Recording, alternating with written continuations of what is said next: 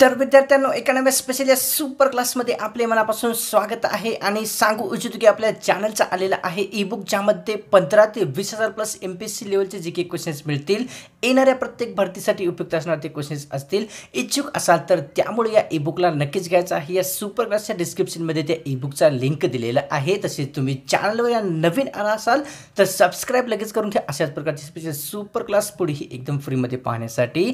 तर या सुपर क्लासला सुरुवात करूया। सर्वात पहिला प्रश्न पाहूया मित्रांनो। प्रश्न आपल्या समोर असा आहे, हॉकी या खेळामध्ये खेळाडूंची संख्या एकूण किती असते? हॉकी या खेळामध्ये खेळाडूंची संख्या ही एकूण किती असते? ऑप्शन क्रमांक 3 योग्य राहील मित्रांनो। हॉकी या खेळामध्ये जे आहे खेळाडूंची संख्या एकूण 11 एवढी समाविष्ट झालेली असते। पुढचा प्रश्न, खालीलपैकी कोणकोणत्या खेळामध्ये खेळाडूंची संख्या जी आहे 11 एवढी असते ते सांगायचं आहे। खालीलपैकी कोणकोणत्या खेळामध्ये खेळाडूंची संख्या 11 एवढी समाविष्ट असते? ऑप्शन क्रमांक 4 योग्य राहील। वरीलपैकी सर्वच म्हणजे फुटबॉल, क्रिकेट आणि हॉकी या सर्व खेळांमध्ये खेळाडूंची संख्या 11 एवढी समाविष्ट झालेली असते। पुढचा प्रश्न, व्हॉलीबॉल या खेळामध्ये एकूण खेळाडूंची संख्या किती असते? व्हॉलीबॉल या खेळामध्ये एकूण खेळाडूंची संख्या किती असते? ऑप्शन क्रमांक मित्रांनो 3 योग्य राहील। व्हॉलीबॉल या खेळामध्ये जे आहे खेळाडूंची 7 एवढी संख्या समाविष्ट झालेली असते। पुढचा प्रश्न, सॅन फ्रान्सिस्को या ठिकाणी खालीलपैकी कोणत्या संघटनेची स्थापना करण्यात आलेली होती? सॅन फ्रान्सिस्को या ठिकाणी खालीलपैकी कोणत्या संघटनेची स्थापना करण्यात आलेली होती? ऑप्शन क्रमांक 1 योग्य राहील मित्रांनो। गदर पार्टी या संघटनेची जी स्थापना आहे सॅन फ्रान्सिस्को या ठिकाणी करण्यात आलेली होती। पुढचा प्रश्न, सूर्यकिरण पृथ्वीवर पोहोचण्यास किमान किती सेकंदाचा वेळ लागत असतो? सूर्यकिरण पृथ्वीवर पोहोचण्यास किमान किती सेकंदाचा वेळ लागत असतो? ऑप्शन क्रमांक मित्रांनो 1 योग्य राहील। कमीत कमी 500 सेकंदाचा जो वेळ आहे सूर्यकिरण पृथ्वीवर पोहोचण्यास लागत असतो। पुढचा प्रश्न, महाराष्ट्र मानवाधिकार आयोगाचे मुख्यालय खालीलपैकी कोणत्या ठिकाणी स्थित आहे? महाराष्ट्र मानवाधिकार आयोगाचे मुख्यालय खालीलपैकी कोणत्या ठिकाणी स्थित आहे? ऑप्शन क्रमांक 1 योग्य राहील। मुंबई या शहरामध्ये महाराष्ट्र मानवाधिकार आयोगाचे मुख्यालय स्थित झालेले आहे। पुढचा प्रश्न, मीना आदिवासी जमात भारतातील कोणत्या राज्यात आढळते ते सांगायचं आहे। मीना आदिवासी जमात भारतातील कोणत्या राज्यामध्ये आढळते? ऑप्शन क्रमांक 3 योग्य राहील। भारतातील राजस्थान हे जे राज्य आहे या राज्यामध्ये मीना आदिवासी जमात आढळत असते। पुढचा प्रश्न, खासी ही आदिवासी जमात भारतातील कोणत्या राज्यामध्ये प्रामुख्याने आढळत असते? खासी ही आदिवासी जमात भारतातील कोणत्या राज्यामध्ये प्रामुख्याने आढळत असते? ऑप्शन क्रमांक 1 योग्य राहील। भारतातील मेघालय हे जे राज्य आहे या राज्यामध्ये प्रामुख्याने खासी ही जमात आढळत असते। पुढचा प्रश्न, या ठिकाणी जंगली वाघ हा एका वर्षामध्ये सरासरी किती इतर प्राण्याचा शिकार करत असतो ते सांगायचं आहे। जंगली वाघ हा एका वर्षामध्ये कमीत कमी किंवा सरासरी इतर किती प्राण्यांचे शिकार करत असतो? ऑप्शन क्रमांक 2 योग्य मित्रांनो। जंगली जो वाघ असतो तो सरासरी किंवा कमीत कमी एका वर्षामध्ये 20 इतर प्राण्यांचा शिकार करत असतो। पुढचा प्रश्न, हंसाच्या पंखावर साधारणतः किती हजार छोटे इतर पंख असतात ते सांगायचं आहे। हंसाच्या पंखावर साधारणतः इतर किती छोटे छोटे पंख समाविष्ट असतात? ऑप्शन क्रमांक 3 योग्य राहील मित्रांनो। हंसाच्या पंखावर इतर जे आहे 25,000 पेक्षा जास्त छोटे छोटे पंख समाविष्ट झालेले असतात। पुढचा प्रश्न, मराठवाडा मुक्तीसंग्राम दिन कोणत्या दिवशी साजरा करण्यात येत असतो? मराठवाडा मुक्तीसंग्राम दिन हा खालीलपैकी कोणत्या दिवशी साजरा केला जात असतो? ऑप्शन क्रमांक 1 योग्य राहील। 17 सप्टेंबर या दिवशी जे आहे मराठवाडा मुक्तीसंग्राम दिन साजरा केला जात असतो। पुढचा प्रश्न, शेकोटी या कादंबरीचे लेखक खालीलपैकी कोणती व्यक्ती आहेत ते सांगायचं आहे मित्रांनो। शेकोटी या कादंबरीचे लेखक खालीलपैकी कोणती एक व्यक्ती आहेत? तर ऑप्शन क्रमांक 1 योग्य राहील मित्रांनो। यशवंत पाटणे ही जी व्यक्ती आहे शेकोटी या कादंबराचे या ठिकाणी लेखक असणारे एक व्यक्ती बनलेले आहेत। पुढचा प्रश्न, पंजाबराव देशमुख यांनी खालीलपैकी कोणत्या समाजाची स्थापना केलेली होती? पंजाबराव देशमुख यांनी खालीलपैकी कोणत्या समाजाची स्थापना केलेली आहे? ऑप्शन क्रमांक मित्रांनो 2 योग्य राहील। पंजाबराव देशमुख यांनी जे आहे भारत कृषक समाजाची एक स्थापना केलेली होती। पुढचा प्रश्न, राष्ट्रीय काँग्रेसचे सर्वात पहिले अधिवेशन खालीलपैकी कोणत्या शहरात भरलेले होते? राष्ट्रीय काँग्रेसचे सर्वात पहिले अधिवेशन हे खालीलपैकी कोणत्या शहरात भरलेले होते? ऑप्शन क्रमांक 2 योग्य राहील मित्रांनो। मुंबई हे जे शहर आहे या शहरामध्ये सर्वात पहिले राष्ट्रीय काँग्रेसचे अधिवेशन पार पडलेले होते। पुढचा प्रश्न, गंगापूर हे महाराष्ट्रातील कितवे एक प्रसिद्ध असलेले मातीचे धरण होते किंवा आहेत ते सांगायचं आहे. गंगापूर हे महाराष्ट्रातील कितव्या क्रमांकाचे एक प्रसिद्ध असलेले मातीचे धरण आहे. ऑप्शन क्रमांक 1 योग्य राहील. पहिल्या क्रमांकाचे गंगापूर हे महाराष्ट्रातील मातीचे एक धरण बनलेले आहे. पुढचा प्रश्न, सौरभट्टीमध्ये कोणते आरसे वापरून ऊर्जा एकत्रित करून प्रकाश मिळवण्यात येत असतो ते सांगायचं आहे. सौरभट्टीमध्ये कोणते आरसे वापरून ऊर्जा एकत्रित करून प्रकाश मिळवला जात असतो. ऑप्शन क्रमांक 3 योग्य राहील. सौरभट्टीमध्ये आंतरवर्ग आरसे वापरून ऊर्जा एकत्रित करून प्रकाश मिळवण्यात येत असतो. पुढचा प्रश्न, सुती कापड उद्योगासाठी कोणत्या प्रकारचा हवामान हे अत्यंत उपयुक्त असतो ते सांगायचं आहे मित्रांनो.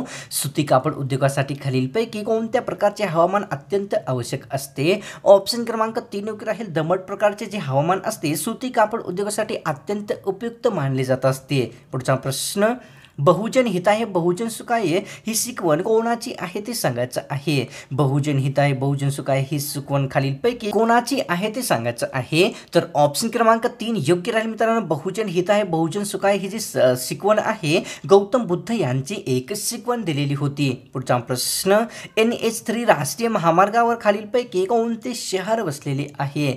NH3 राष्ट्रीय महामार्गावर खालीलपैकी कोणते शहर वसलेले आहे. ऑप्शन क्रमांक 2 योग्य राहील मित्रांनो. धुळे हे जे शहर आहे NH3 या राष्ट्रीय महामार्गावर वसलेले आहे. पुढचा प्रश्न, महाराष्ट्रातील सर्वात कमी तालुके असलेला जिल्हा खालीलपैकी कोणता आहे ते सांगायचं आहे मित्रांनो.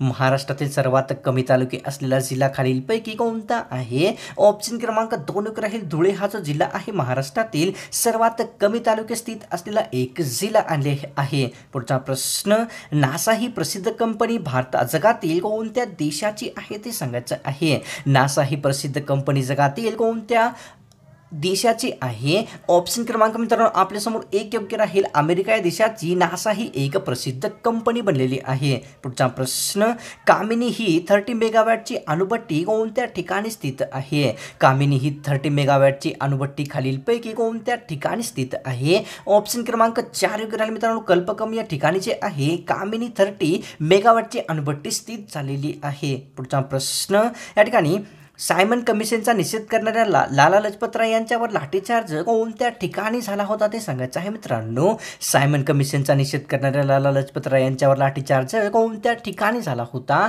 ऑप्शन क्रमांक 3 योग्य राहील. लाहोर या ठिकाणी सायमन कमिशनचा निषेध करणाऱ्या लाला लजपत राय यांच्यावर लाठीचार्ज करण्यात आलेला होता. पुढचा प्रश्न, निवडणूक आयुक्ताची नेमणूक कोणत्या व्यक्ती करत असतो ते सांगायचं आहे. निवडणूक आयुक्ताची नेमणूक खालीलपैकी कोणत्या एक व्यक्ती करत असतो. ऑप्शन क्रमांक 2 योग्य राहील मित्रांनो. भारताचा राष्ट्रपती हा जो व्यक्ती आहे निवडणूक आयुक्ताची नेमणूक करत असतो. पुढचा प्रश्न, जिल्ह्याचे उपजिल्हा अधिकारीची निवडणूक खालीलपैकी कोणामार्फत होत असते ते सांगायचं आहे मित्रांनो.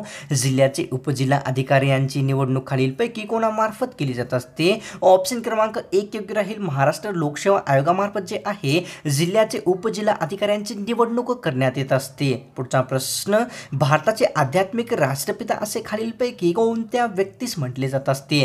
भारताचे आध्यात्मिक राष्ट्रपिता असे खालीलपैकी कोणत्या व्यक्तीस संबोधले जातात असते. ऑप्शन क्रमांक 1 योग्य राहील. स्वामी विवेकानंद यांना जे आहे भारताचे आध्यात्मिक राष्ट्रपिता असे संबोधले जात असते. पुढचा प्रश्न, सार्वजनिक काका या नावाने खालीलपैकी कोणत्या व्यक्तींना ओळखले जात असते ते सांगायचं आहे मित्रांनो. सार्वजनिक काका या नावाने खालीलपैकी कोणत्या व्यक्तीस ओळखले जात असते. ऑप्शन क्रमांक 4 योग्य राहील. वासुदेव जोशी यांना जे आहे सार्वजनिक काका या नावाने ओळखले जात असते. पुढचा प्रश्न, आर्थिक मागास प्रवर्गासाठी 10% आरक्षण देणारे भारतातील पहिले राज्य खालीलपैकी कोणते ठरलेले आहे. आर्थिक मागास प्रवर्गासाठी 10% आरक्षण देणारे भारतातील पहिले राज्य खालीलपैकी कोणते आहे. ऑप्शन क्रमांक 4 योग्य राहील. भारतातील गुजरात हे जे राज्य आहे आर्थिक मागास प्रवर्गासाठी 10% आरक्षण देणारे भारतातील प्रथम क्रमांकाचे राज्य बनलेले आहे.